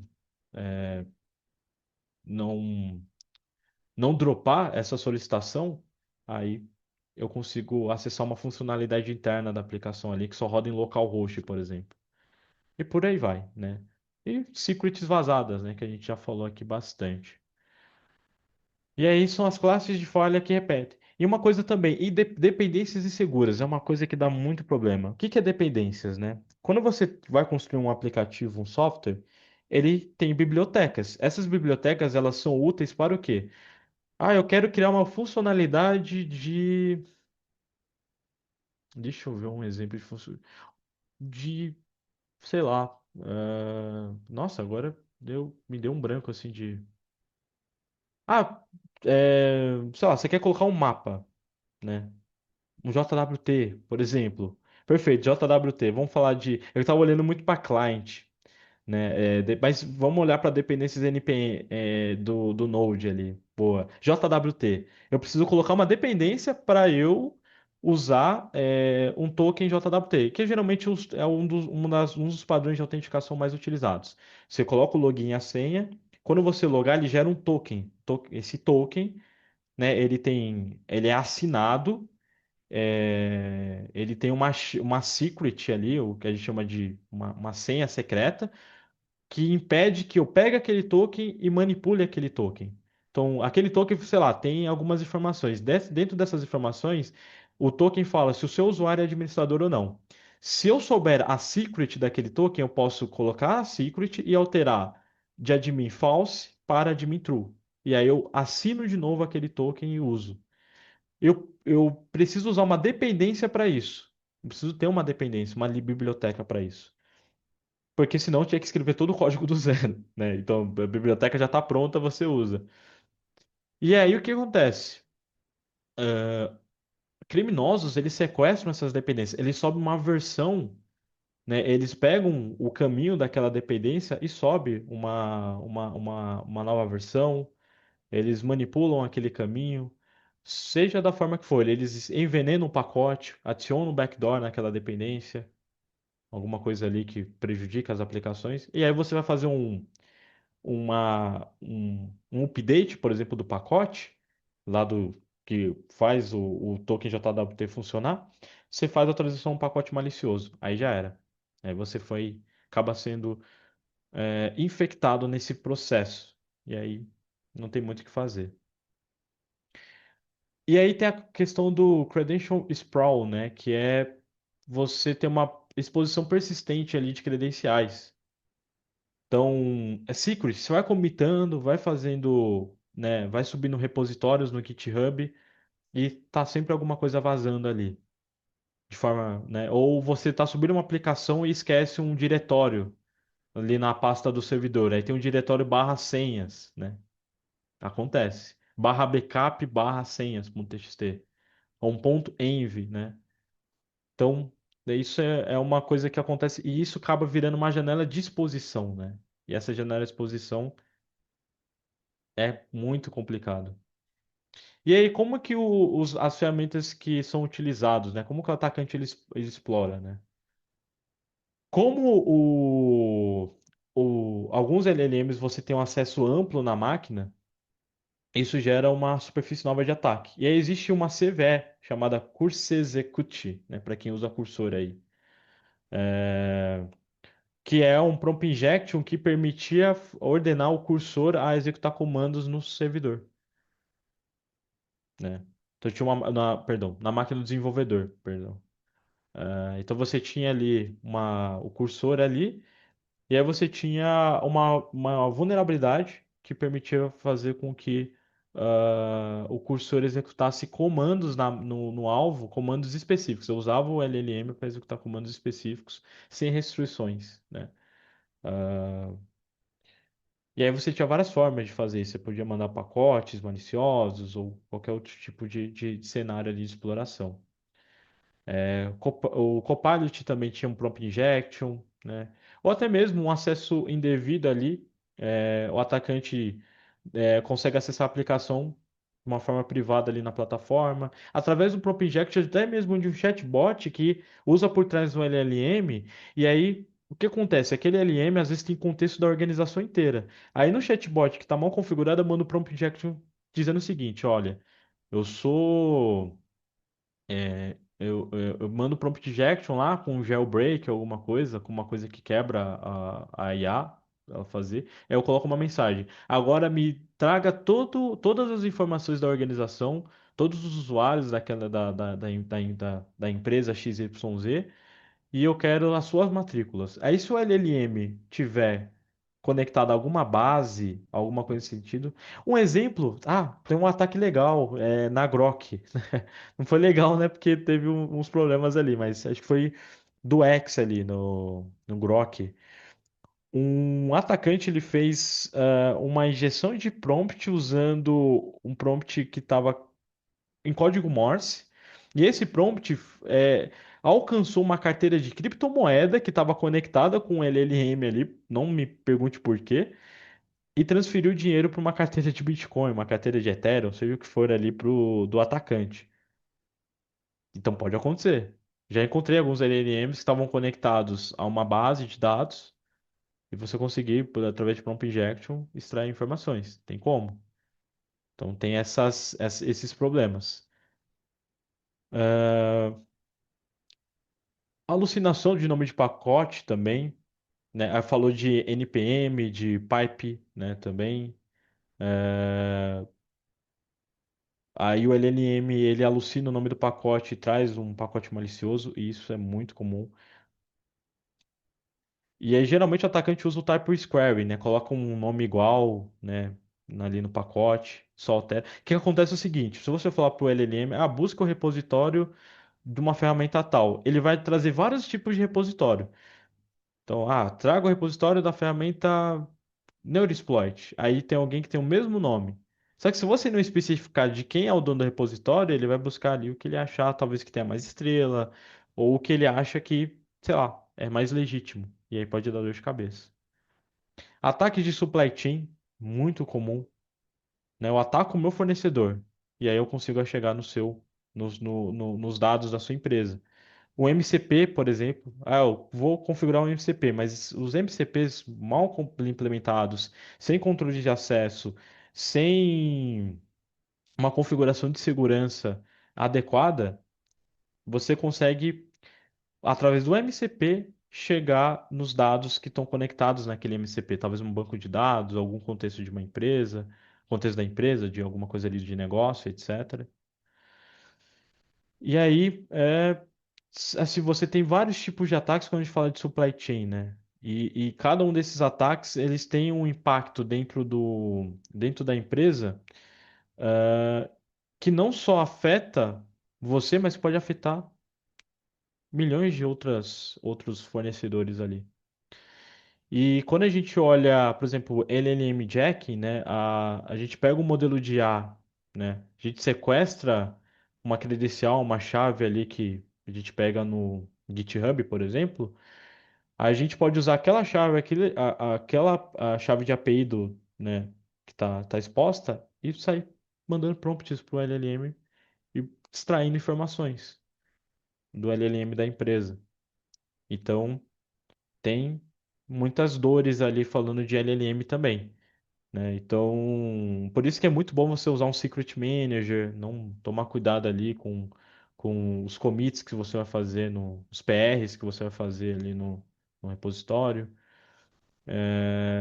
E também definir limites de consumo, né? O rate limit hoje é o principal fator, assim, né? Então, definir uma taxa de limite de aquisição. E aí, quando a gente olha, né, de desenvolvimento seguro, né, vamos entrar agora no principal, né? O que que a gente fala de desenvolvimento seguro, né? Trate o código de IA como não confiável até que ele se prove ao contrário. Usa outro modelo de IA para auditar o código daquele IA. Você codou com cloud, usa o ChatGPT, né, o Codex. Se você usou o ChatGPT, usa o cloud e vai fazendo essa auditoria. E você pode usar também os modelos locais também para te ajudar em alguma coisa mais específica também. Então, você pode criar um conjunto de ferramentas para trabalhar. Você pode usar um SAST para ajudar também. Você pode fazer um pen teste. Você pode usar o Vibe Hacking para fazer o pen teste. Agora, você gerou a aplicação, agora faz um teste aí. Você pode usar um Dash para fazer uma avaliação, mas sempre garanta por camadas a parte de segurança. Nunca trate o código da IA como confiável. Gerou o código, audite, né? Então, sempre faça, a gente chama de defesa em camadas, né? É, toda essa parte, quando a gente fala de defesa em camadas, né? A gente começa é, a olhar para criar uma pipeline de desenvolvimento seguro mais robusta. Olha desde o princípio que está desenvolvimento ali a aplicação. Então, na hora que está codando, já olha para requisitos de segurança, mas depois que terminou, faça os testes. Estressa a aplicação, analisa e por aí vai. E sempre coloca o código para ambiente de teste. E pensa que assim, a IA, ela é um júnior, tá desenvolvendo código. Pode ser até um modelo Mythos, mas sempre revisa o código. É muito importante. Garantir, por exemplo, quando a gente fala de prompt, essas coisas, né? Você precisa garantir que pelo menos cubra alguns pontos que a gente já falou, por exemplo, Stride como modelagem, como um template de olhar para modelagem de ameaça, mas também você pode solicitar no prompt para seguir o ASP, olhar riscos de segurança, olhar o CWE, né? Que levanta todas as fraquezas mais comuns de uma aplicação, independente de qual tipo de aplicação seja, se é desktop, se é web, se é API, se é mobile, seja o que for, o CWE ele levanta vários pontos ali. Coloca guardrails, crie políticas, né? Vai lá no seu cloud.cloud, aí coloca um Cloud MD, no dentro do Cloud MD, algumas regras na hora de desenvolver. Você pode já passar isso de forma global para todos os projetos. Não precisa sair construindo um prompt do zero, né? E sempre defina restrições no prompt, né? E aí é sempre bom ter paciência. É melhor você faz algo, testa, do que você pedir para fazer um monte de coisa, depois querer testar. Porque ele sempre vai perder alguma coisa, sempre tem ali um problema de memorização. E aí, ó, novamente, threat modeling, né? Toda a etapa, né? Prompt seguro, geração, revisão, né? Então você tem todos esses pontos aí. Você faz um teste com Dash. E aí, se você pode até fazer na hora, por exemplo, dentro de uma esteira de desenvolvimento seguro, né? Vai fazer um deploy, vai subir uma PR. Vou subir um PR, por exemplo, ali no GitHub. Você pode colocar um fluxo de block para que só o PR só seja aprovado caso esteja atendendo todos os requisitos de segurança. Se não estiver atendendo os requisitos de segurança, o PR não é aprovado. O pull request ali não é aprovado. Então, o desenvolvedor não vai conseguir subir o código no repositório. Porque até ele provar, ou até todas as análises serem feitas, não sobe código nenhum. E aí você evita problemas no futuro. Então, você tem, dentro desse aspecto, alguns pontos também ali envolvendo os componentes que a sua aplicação tem, né? O que de componente a sua aplicação está rodando ali por trás? É seguro, né? Quando a gente olha para as dependências que estão rodando, quando a gente olha de integrações que a gente faz, né? Quando a gente começa a criar, né, o SBOM, né? Quando cria uma lista de componentes que são utilizados ali, tantas bibliotecas, as versões que estão sendo usadas naquela biblioteca, as licenças, quais são os fabricantes, quais são as relações entre cada componente, se tem vulnerabilidades conhecidas.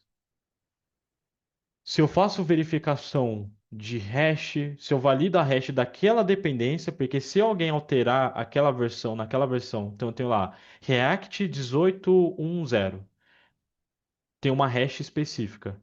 Se eu encontrar um React 18.10 com uma hash diferente, e aí? Qual que vai ser o problema? Né, será que é um problema da plataforma da quem tá. Será que eu tô com a versão certa? Será que pode ser que eu já fui comprometido? Será que é um pacote legítimo? Por aí vai, né? Pode ser várias coisas, pode ser uma alteração e alterou a hash. Mas sempre tem ali o checksum, né? Sempre uma hash ali que faz a garantia da integridade. E sempre leva essa descrença. E aí, agora? O que que pode ser? Deixa eu analisar. Deixa eu ver se não tem uma notícia falando de sequestro de dependência. E aí, igual eu falei, né? Dependências aprovadas passam, aí rejeita pacote novo sem revisão humana. Então, revisão humana. No final do dia, isso é a palavra mais importante, revisão humana. E não deixar o auto-install. Ah, instala o pacote aí. Não faça isso, porque você pode infectar sua máquina e no final do dia você não está nem sabendo. E os atacantes estão aproveitando isso, infelizmente. E aí, quando a gente fala de governança de IA, aí a galera principalmente de GRC, mas também os AppSecs vão gostar. Quando a gente fala de requisitos de segurança, né, ó, a gente tem controles técnicos e controles organizacionais. A gente falou de controles técnicos. Revisão humana, SASH, DASH, SCA. O SCA, ele analisa os componentes daquele código e vê o que tem de CVE, de vulnerabilidade. Secret Scanning, mais cofre de senha para ver se não tem segredos sendo vazados. O SBOM, Lockfile e a low list de dependências. Só colocar dependências que foram aprovadas e revisadas, reader de segurança e ambientes isolados. E agora, controles organizacionais. Qual que é a política de uso de IA aprovada e comunicada na empresa de vocês? Tem? Se não tiver, já é um ponto. Tem como combater o Shadow AI? IAs que vocês não sabem que tem? Vocês fazem um treinamento de Security Prompt ali para toda a empresa? Tem uma responsabilidade clara de quem aprova e de quem responde, né? Determinadas, determinadas questões ali, né? Tá mesmo falando dessa parte de bloco de PR, etc. também, né? Como que tá os fluxos, os processos? Como que tá a modelagem de ameaça em cada etapa de um fluxo de desenvolvimento seguro? E como que tá o inventário e governança de identidades ali? O que que vocês têm de acesso? O que que vocês mapearam na gestão de acesso de vocês? Tá, alguma coisa passou? Será que vocês têm ferramentas que podem garantir que uma IA ela não vai ter muito mais acesso que deveria no ambiente ali? Se eu rodar um agente dentro de um servidor, qual poder ela tem? Como que eu garanto esse controle? Perdão. Como que eu garanto esse controle, né? Então, tudo isso é pontos que vale a pena ser discutido, principalmente com o time de segurança, né? O time que cuida da parte de governança e o time de AppSec. E qual que é o custo, né, dessa ausência, né? Aí tem os custos aqui, né? Falar de números, etc. Ah, custo mais de violação, todo esse blá blá blá que a gente já sabe. E a gente tem que pensar em um modelo de governança que é estruturado com base na velocidade. Velocidade e segurança devem começar a acompanhar junto? Não, talvez não. Mas tem que estar olhando segurança. Você pode nunca brigue, nunca tenha essa, nunca brigue. Ah, tem que olhar mais para segurança do que para velocidade. Não entra nessa briga. Não vale a pena. Valeria a pena se a empresa lutasse, né? Mas todo mundo sabe que tá uma corrida e todo mundo quer o melhor produto para sendo vendido ali no mercado, né? Sendo ali vendido no mercado. Então você olha para o quê? Para Shift Left. Segurança entra lá no início. Pensei no produto, já pensei em segurança. Não tem nada, tô nem escrevendo código, mas eu pensei no produto, tô pensando em segurança. Revisão humana é obrigatório. Controles automatizados sempre. Nada. Quanto mais controles, melhor. Principalmente para você garantir a segurança. E o uso responsável da IA. Tem uma política definida para isso. Quando se tem uma política, se alguém foge da política, tem penalidades. E aí entra lá questão das identidades humanas, né? Quando a gente fala de segredos, né? Como que esses segredos estão sendo gerenciados, né? Hoje, se eu pego uma credencial, quanto tempo leva para o atacante conseguir acessar o banco de dados? Será que ele consegue? Até onde vai, né? Eu tenho um inventário. de visibilidade, né, de identidades humanas e dos agentes. Princípio de menor privilégio. Cada agente recebe o privilégio mínimo necessário. Não pode ter privilégio full. Sem chaves mestras. Pegar uma chave, né, full ali e colocar. Como que é esse ciclo de vida, né? Tem um tempo, o início e o fim para acabar, né? Como que eu resolvo, como que eu poderia, por exemplo, fazer a gestão desses secrets, né? Então, tem um cofre ali, né? Aí tem um inventário ou algo nesse sentido. E o humano no looping, né? 61% das empresas dos Estados Unidos exige aprovação, né? Eu peguei esse número, né, de um artigo que fala sobre o Money in the Loop em A, e ele colocou: a aprovação humana precisa ter, sim, tem que ter. Se não tiver, até eu particularmente, onde eu tenho uma empresa ao qual estou ajudando a construir um agente de pentest com IA, né, nosso primeiro agente do Brasil, né? E a gente tem esse ponto, que a gente está falando do nosso produto, né? O humano, ele está no final da ponta. Autonomia é legal? É. Eu sou muito a favor de IAs autônomas, mas dependendo do caso. Nesse caso, em alguns casos específicos, eu ainda acho que o ser humano precisa estar nessa ponta. Ainda assim precisa estar nessa ponta. Principalmente olhando para que requisitos de segurança ali, que às vezes passa despercebido pela inteligência artificial. E aí você tem a ferramenta Argus, né, que é um framework de governança, né? Então é uma ferramenta aí que está sendo bastante utilizado, atualmente, né? Quando a gente fala de NHI, né, é identidade não humana, né? Que a gente fala de identidade não humana, para quem não sabe a sigla de NHI, é chave de API, contas de serviços e tokens de autorização, né? Certificados digitais, tudo isso é NHI. Você precisa gerenciar também. Você precisa gerenciar a identidade humana e não humana também. E aí você tem a questão das seguranças herdadas na plataforma, né? Então, cada. Aqui é o que a gente já falou, né? Cada plataforma tem os problemas de segurança, né? Tem os riscos documentados, tem as defesas que podem ser estabelecidas, mas não são suficientes, não adianta. Tem muita coisa ainda que eu sempre falo, bato nessa tecla, né? Revise, né? Ah, mas a plataforma fala que já faz com segurança, mas revise. Porque também cada negócio tem a sua necessidade. Às vezes o que foi implementado de segurança não vai funcionar para você. Estou dizendo que não segurança é ela precisa olhar para negócio e ela precisa ser definida de uma forma que não onere o seu processo. Dá para fazer uma experiência legal e que não onere todo o processo da sua empresa. E particularmente, quando a gente fala de, né, de segurança, uma coisa que a gente tem que olhar é riscos. Riscos têm que ser documentados. Riscos precisam ser documentados, precisam ser trabalhados, precisam ser comunicados, né, de uma forma geral, precisam ser gerenciados de forma correta, vamos dizer assim. Acho que talvez a palavra certa. Não adianta eu colocar um risco lá, não existe esse risco, existe esse, existe. Mas como que você trabalha? Como que você divulga esses riscos? Não adianta ver, qualitativo, quantitativo. Risco é risco. Vai gerar algum problema para a empresa? Vamos pensar numa estratégia. Olha o risco aqui, ó. Não, mas como ele, qualitativamente falando, ele vai. Não. Risco.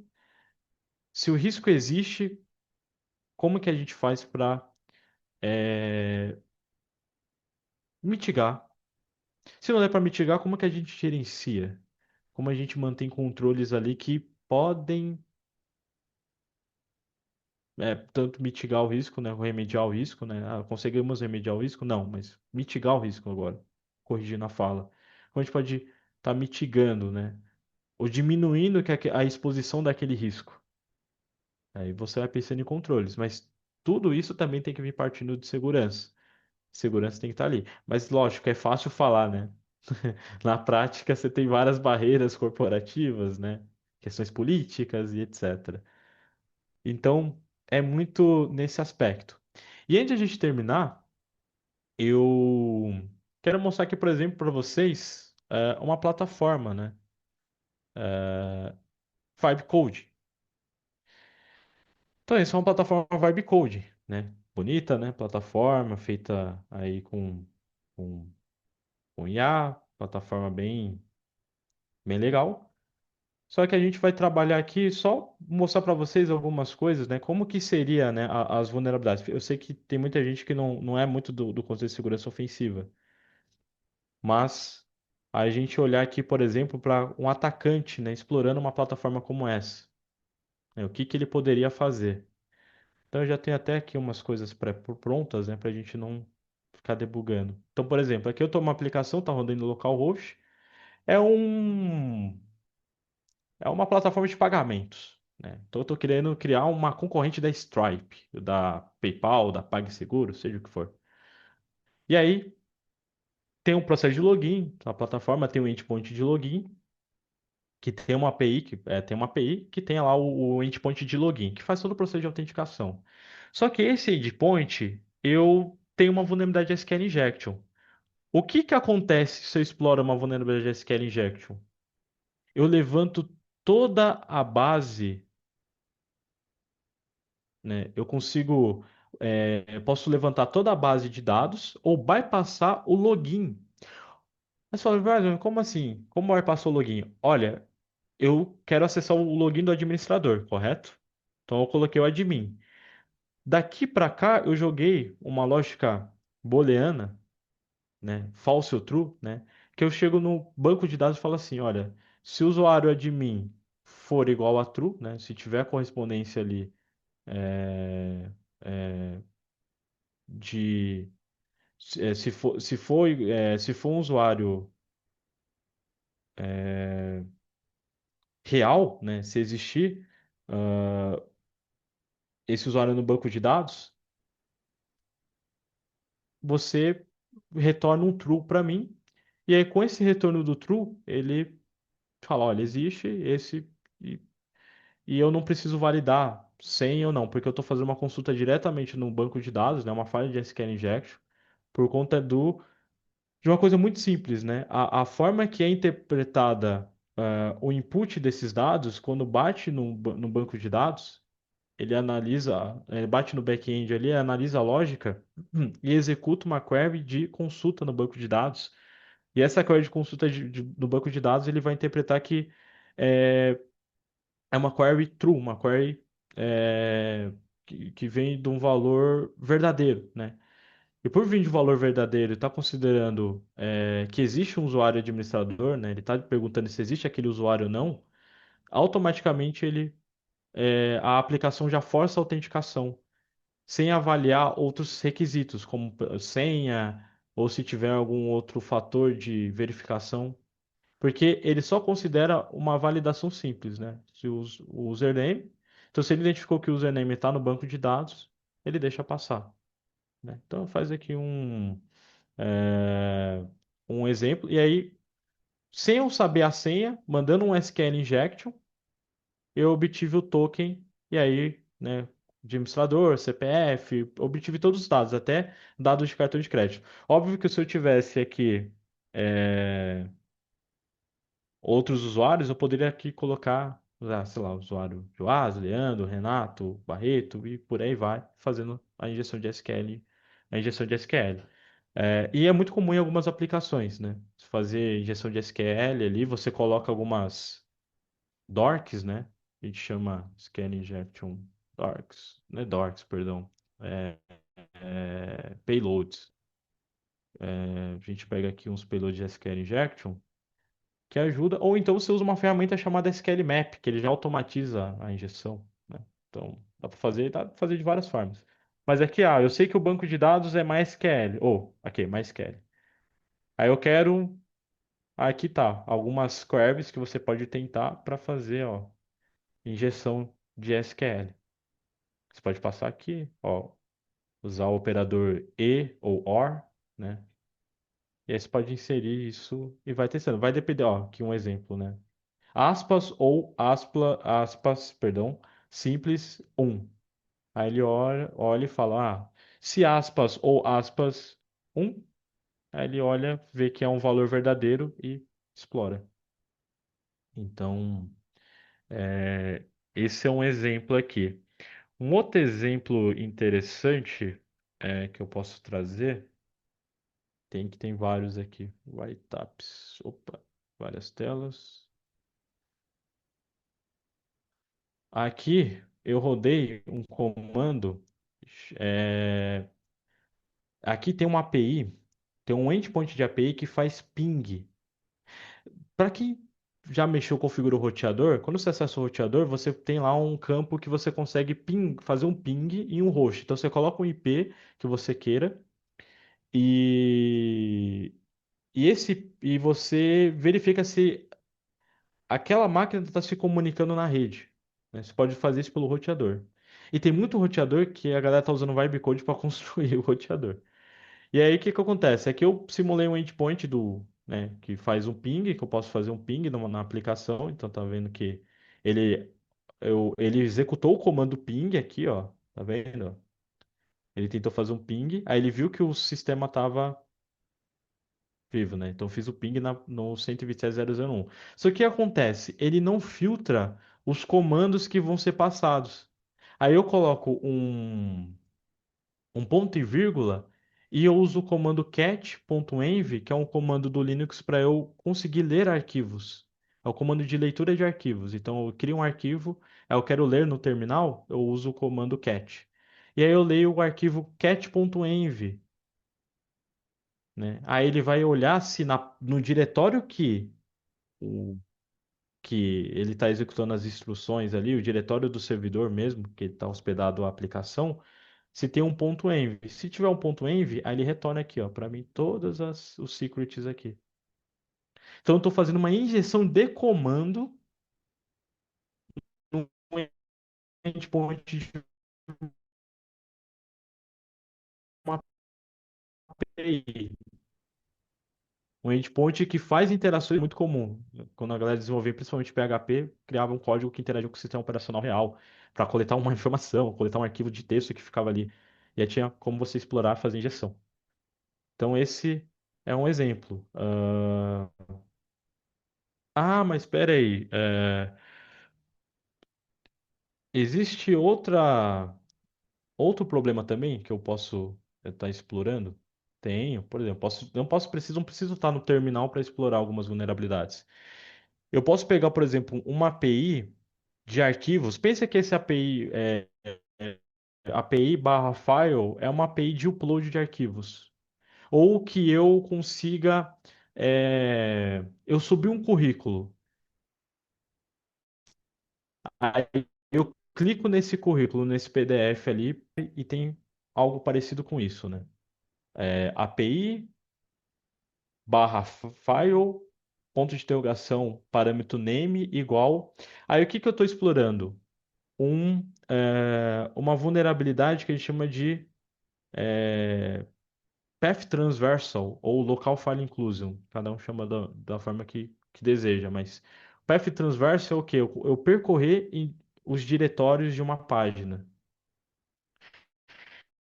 Como assim? Por exemplo, eu posso, quando eu estou aqui no Linux, por exemplo, eu estou aqui no user Joás, correto? Eu quero ir para a pasta users. Aí eu dou um CD dois pontos. Aí eu volto para a pasta, eu vou para a pasta user, eu volto uma pasta. A mesma coisa aqui.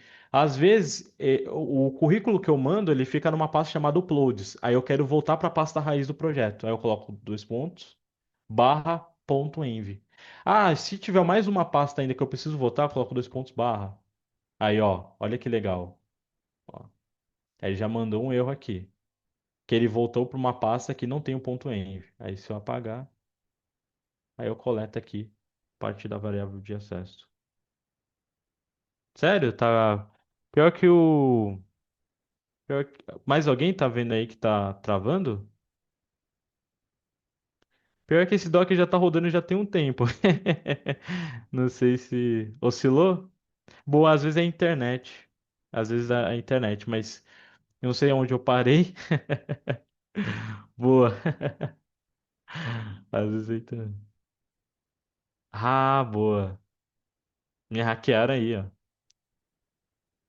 Na internet. Mas já tem um tempo ou começou agora? Não sei. Ah, tá. Ah, não, perfeito. Tá ótimo. Então, é isso. Alguém me hackeou. É que a internet fica ruim às vezes. É a minha dor aqui no, na onde eu moro. Então, isso é um exemplo, né? Aí você pensa o seguinte: você tem uma aplicação feita em Vibe Code, você tem inúmeros parâmetros, igual aqui tem na nossa aplicação. Depois eu libero esse Docker para vocês, eu vou compilar e aí eu mando para o Flávio, né, com o material também, o PDF, etc. Eles encaminham para vocês. Ele caminha para vocês. E aí, o que você tem assim de navegação, né? Você vai navegando na página e vai entendendo os fluxos, né? Ó, teste de webhook. Opa, diagnóstico de rede, tá vendo aqui, ó, ping. Ah, eu poderia. Aqui, ó, ponto. Igual, lembrando aquela exploração que a gente já fez, né? Ó, ponto cat.env, ó. Aí, ó, mandei uma injeção de comando. Ó, API config, né? Aí eu tô consultando uma configuração específica, né? Mas eu poderia é, mandar um, mandar, por exemplo, uma outra URL aqui e disparar algo que explore alguma coisa interna, né? Que eu consiga consultar algo internamente. Então, existem. é, esse é o ponto principal, né? O que vocês vão visualizando durante o processo que vocês vão navegando na plataforma é o que vai definir ali, ó, uma, uma exploração até mesmo, às vezes, besta. Você olha assim alguns programas de bug baixo e fala, nossa, cara, achou uma vulnerabilidade crítica aqui. Mas como? Né? Às vezes ele tá só olhando, navegando nos fluxos, né? Aí ele, opa, entende aqui que a aplicação ela tem uma forma de processar, de seguir uma lógica. E aí você, sei lá, abre aqui. Você pode abrir tanto um Burp Suite ou uma outra ferramenta, aí você vai navegando aqui fazendo as requisições de rede, ó. Fiz uma. Aí deixa eu abrir aqui, deixa eu mudar isso daqui para baixo. Acho que fica mais fácil. Ó, requisição de rede, ó. Aí, ó, é essa API. Deixa eu ver se eu consigo fazer, ó. Ó, tá vendo? API users, usuário um, 2, perdão. Vou mudar para o usuário um. Deixa eu ver, usuário 3. Ó, tô navegando nos usuários. Eu poderia estar fazendo isso? Não. Eu não poderia. Isso é um IDOR. Tô alterando aqui. Tô consultando outros objetos. Ah, o 5 já não tem, 6, né? Então, esse é o ponto que a gente fala de segurança, né? Minha aplicação Vibe Code me protege contra isso? Então, é isso que precisa ser analisado quando você vai desenvolver algo em Vibe Code, se tem garantias. E a gente não está falando nem de injeção, só de navegação de quebra de controle. Rate limit, por exemplo. Será que eu consigo fazer um ataque de força bruta no endpoint de login? Tentar vários logins e senhas ali, adivinhar? Ah, porque não tem um multifator de autenticação também, né? Ou se eu consigo bypassar o multifator de autenticação, tem essa possibilidade, né? Boas práticas. Será que o que eu estou gerando ali de API, né? Eu estou gerando uma API key. Será que ela está gerando, né, um padrão previsível? Imagine uma API key que é gerada por 4 dígitos, né? Deixa eu até ver se tem alguma coisa aqui. Sim, sim. Não, exato, Leandro. Acontece em todos os cenários, né? Só que o ponto que a gente entra aqui, né, no Vibe Coding é que, diferente lá do mano que fez um Security Champions, né, fez um programa de Security Champions, sabe do básico dos requisitos, por exemplo, quem está olhando aqui a Talk, né, vai estar ciente dos riscos, né? Mas se você não passa para IA, e ela vai gerar o Vibe Coding sem olhar. Agora, se você coloca um prompt, né, especificando, colocando regras ali, ou então plataformas que já olham isso por design, aí é outra coisa. Quando a gente entra no aspecto, por exemplo, de de segurança, na verdade, até no desenvolvimento, no final do dia, o quem desenvolve a aplicação em vibe coding é o humano. Quem está mandando o prompt ali é o humano. Então, no final do dia, isso vale para o ser humano, né? 100%. Não é um problema do vibe code, é um problema do humano que como ele usa o vibe code para desenvolver. Acho que esse é o ponto. Porque confia muito, né? Eu mando aqui um prompt, construo a aplicação e aí tá tudo certo. E essa é a principal dor que muitas empresas que estão sendo comprometidas têm, porque quem está pilotando, às vezes, não tem o know-how de segurança de aplicação.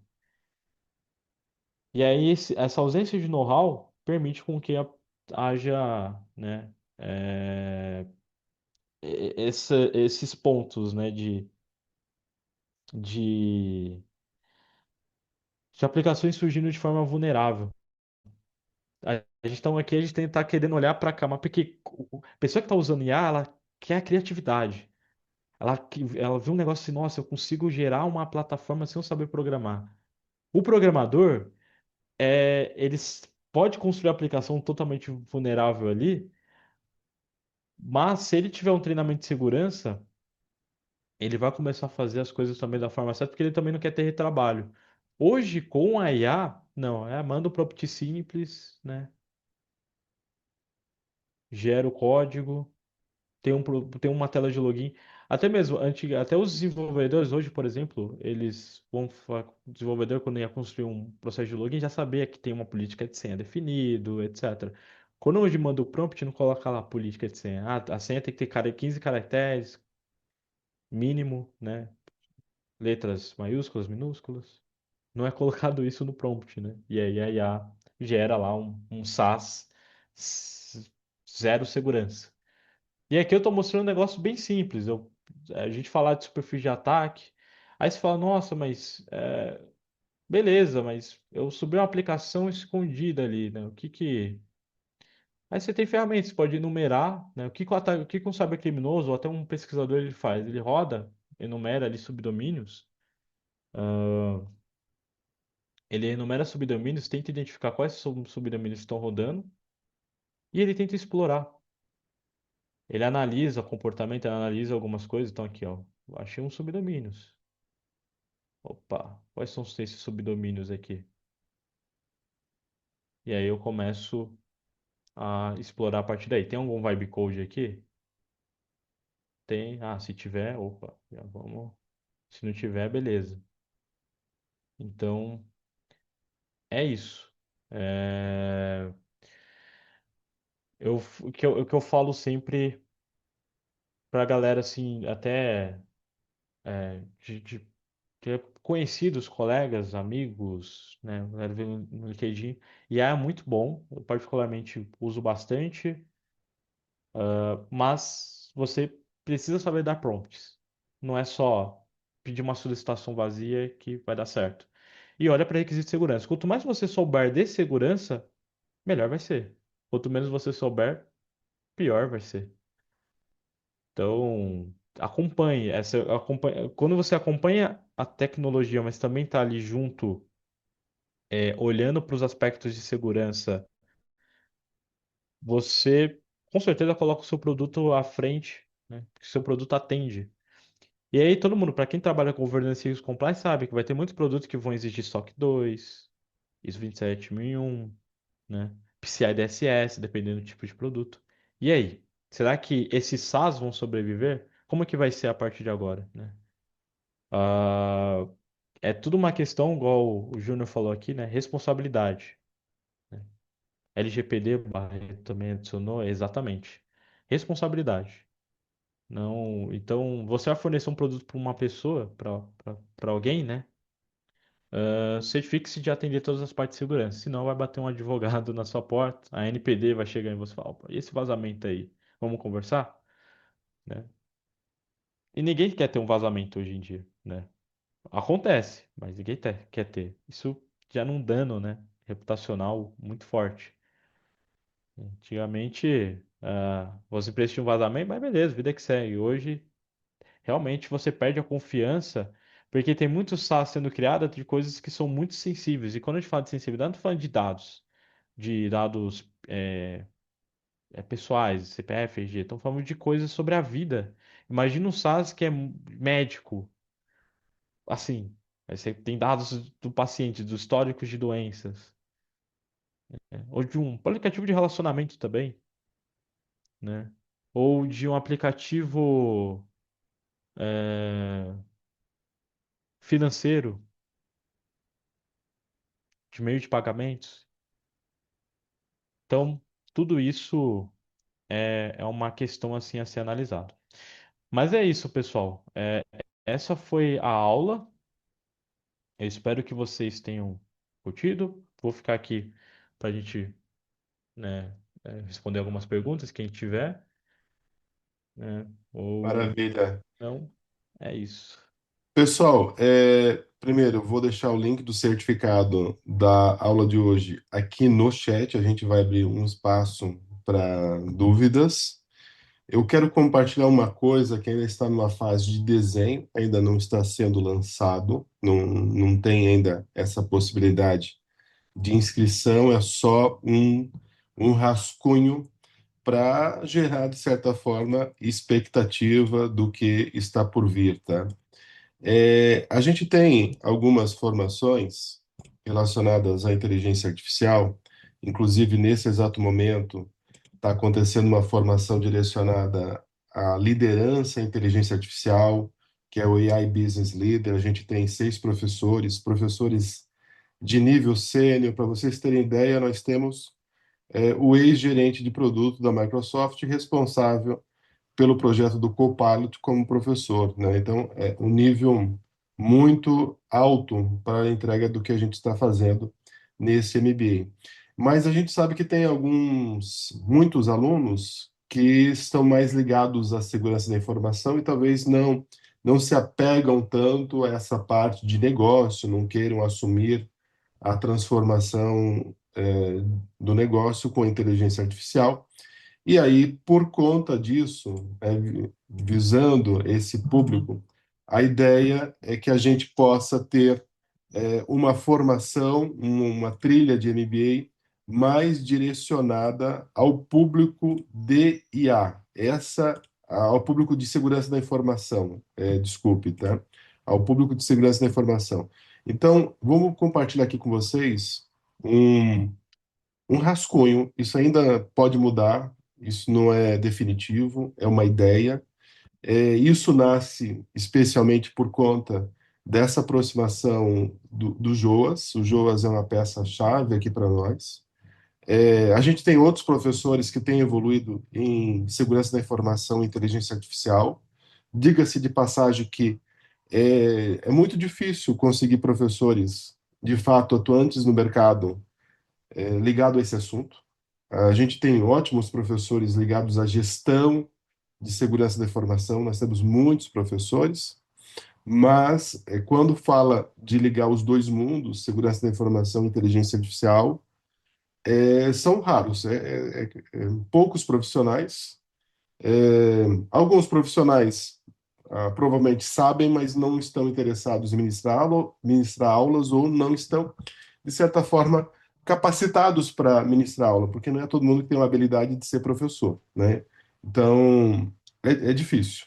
É uma tarefa muito difícil e por isso vocês não encontram com muita facilidade no Brasil, não só no Brasil, mas também fora do Brasil, vocês não vão encontrar tantos cursos de segurança da informação e inteligência artificial, dado a essa falta de profissionais de fato capacitados e que trazem experiência, né? Vocês notam que o Joas vive isso no seu dia a dia, então ele puxa com muita rapidez exemplos, traz ferramentas, mostra técnicas, porque é o dia a dia, né? Ele não precisa nem se preparar muito, porque ele tem na cartola todas as ferramentas, né? Surge uma necessidade, ele sabe o que trazer.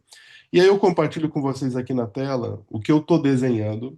Não tem a opção de entrar em contato e querer se inscrever, porque isso é só um desenho, é uma proposta, que é um MBA voltado para inteligência artificial e cibersegurança, unindo os dois mundos.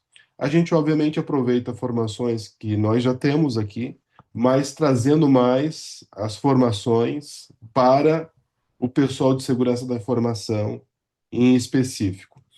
Uma formação nova que vai sair muito em breve, a gente já tem data prevista para acontecer, ela já está quase pronta para a gente liberar as inscrições, vai ser o AI Security Leader, uma formação que ela vai englobar dois preparatórios, ela vai englobar o currículo de dois preparatórios e uma parte prática. Já existe a primeira certificação internacional que a Computia criou, que é o SecAI, nós ministramos um curso no início do ano, e o Exim vai em outubro, o Exim em outubro vai lançar uma certificação profissional também ligada à segurança IA. Em outubro vai lançar essa certificação e nós vamos fazer uma formação que vai abranger os dois currículos, em vez de ter somente um curso para cada exame, nós vamos ter um único curso que vai abranger as duas certificações nós vamos chamar aqui de AI Security Leader. Eu tenho, ao longo da jornada da TI Exames, focado mais em cursos práticos do que preparatório, porque todo preparatório ele sempre vai ser muito limitado. Todo curso que é focado só em preparar o aluno para um exame, ele tem limitação.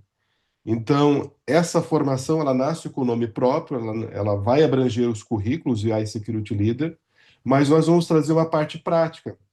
Então, nós vamos incluir pelo menos aí em torno de 12 a 15 horas com o Joás para a parte de segurança ofensiva, mostrando técnicas, ferramentas. Então, não vai ser só um preparatório, nem vamos chamar de preparatório. Por isso que o nome é iSecurity Leader. Vai ter pelo menos aí em torno de 44 horas de duração, não é uma formação de curta duração, formação longa, e nós vamos contar aí com pelo menos três professores. O Joás é um deles, o professor Ricardo Capozzi, em outro momento vocês já tiveram oportunidade de ter aulas abertas, e o professor Rafael Batista. Os três estão já predefinidos para essa primeira formação. Outra formação que nós vamos abrir inscrições é o AI Governance Manager. Aí é mais voltado a políticas, riscos, vamos falar sobre frameworks, relacionados à gestão de risco, como o AI RMF, como lidar com o Shadow AI. Outra formação é o CISO Leader, que a gente já entregou no início desse ano, e a gente já havia contextualizado ela em diversas aulas para a inteligência artificial, então ela já está adaptada. A próxima edição vai ser 2027, mas aqui já aconteceu. Quem depois quiser embarcar nesse MBA, quando nós abrirmos inscrição, vai ter a possibilidade de assistir às gravações da turma que já aconteceu entre fevereiro e março, até que aconteçam as novas aulas que provavelmente vão ficar para fevereiro e março de 2027, tá? E um outro curso que vai ser lançado também, que faz todo o sentido dentro dessa formação, que é falar sobre desenvolvimento seguro com IA. E aí ele vai ser conduzido em duas etapas. Nós vamos trazer uma pessoa que o foco dela é arquitetura de sistemas, entender como fazer a modelagem de banco de dados, toda a estruturação de um sistema. Aí é mais sobre engenharia de aplicativos. E a outra parte, que a gente vai também contar, espera assim, com o Joás, é a parte de segurança. Então, vamos unir os dois lados, porque é, a própria arquitetura do sistema, ela se compromete se você não trabalhar adequadamente. Então, não é só sobre vulnerabilidades, mas sim sobre a arquitetura como um todo. Também deve ser uma formação que deve ficar em torno de umas 30 horas de duração. Essas são quatro formações-chave para esse MBA.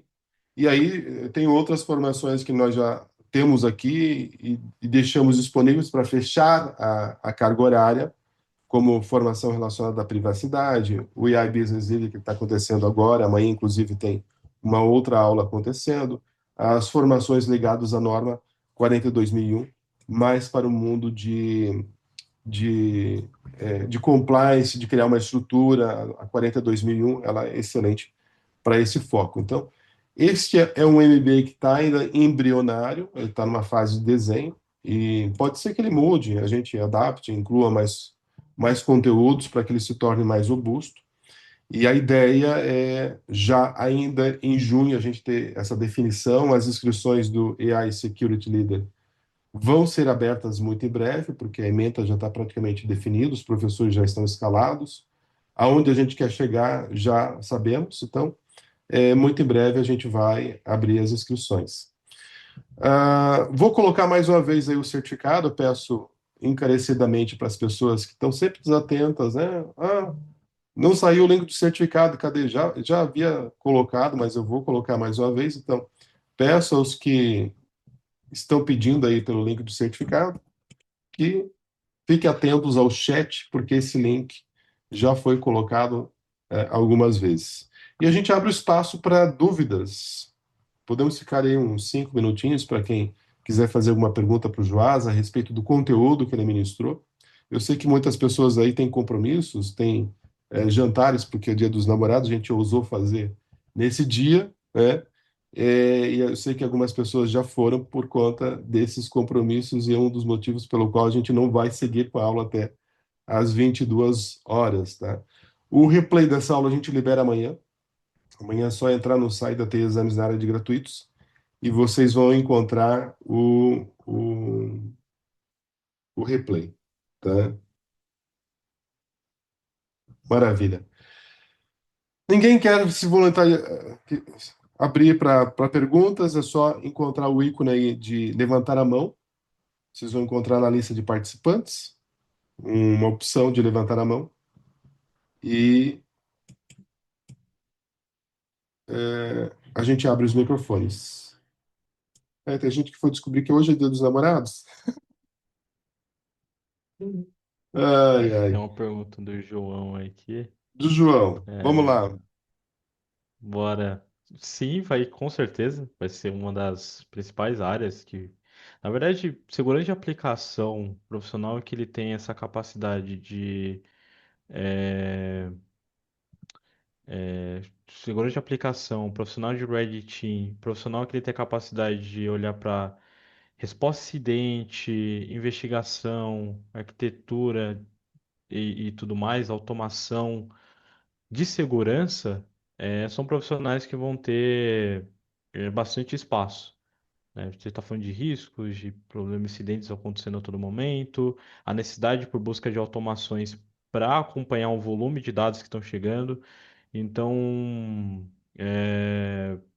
são times que vão ter bastante espaço ainda, né? Principalmente o Green Team, que entra nesse ponto de automação, de olhar para código, ali dentro de segurança, criação de soluções, né? E isso está sendo uma necessidade muito forte no mercado. É isso. Joás, vamos liberar o povo para os seus compromissos, Bora! né?